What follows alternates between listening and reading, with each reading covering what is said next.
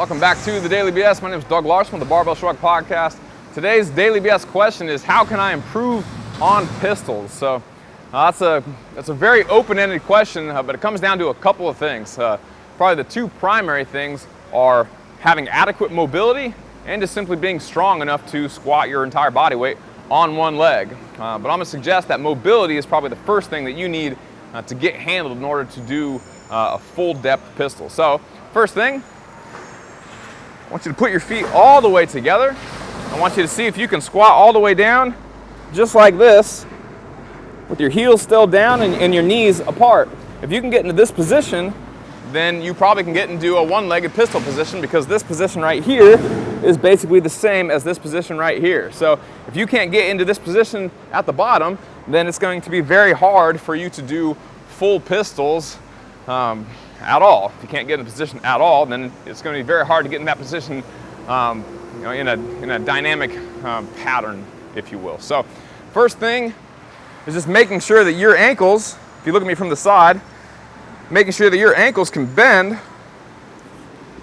We'll say, you can push your knee at least 3 or 4 inches past your toe. It's about where this is at. So if you can't push your knee at least this far over your toe, and your ankle can't bend that far, then you're probably going to compensate some way.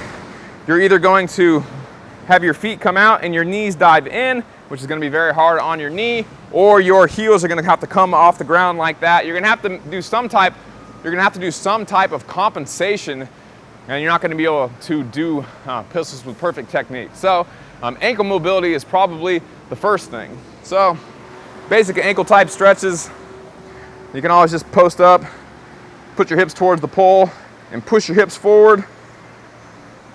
You can always, let me grab a band. Ooh. You can always use some type of a band if you have any amount of ankle impingement and you feel like you have a very stiff block when you bend forward, like you feel like this bone is hitting your foot.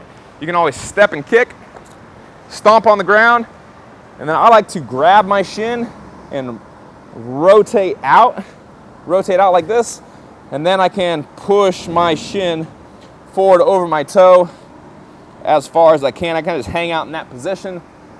Sometimes I actually like to go like this, and I'll kind of just hang with my heel just barely floating off the ground, and I'm just bending my ankles as much as I can with this band, pulling my lower leg bones back so they're not bumping into my foot bones, if you will. So those are two great options for mobilizing your ankles so you can get all the way to the bottom of your pistol position.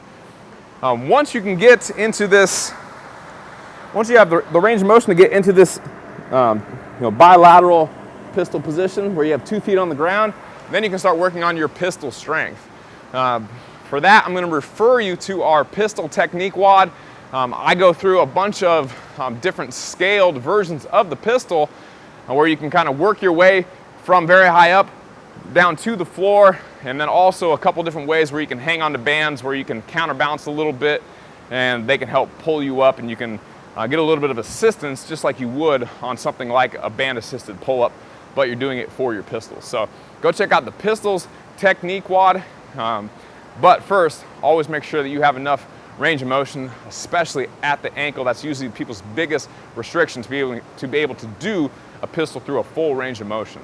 So if you have more questions about that, you can always go to barbellshrugged.com, click the Ask a Question tab at the top of the page, and we can answer any of your future questions, whether it be about pistols, fitness, nutrition, or what have you, and I'll see you another day.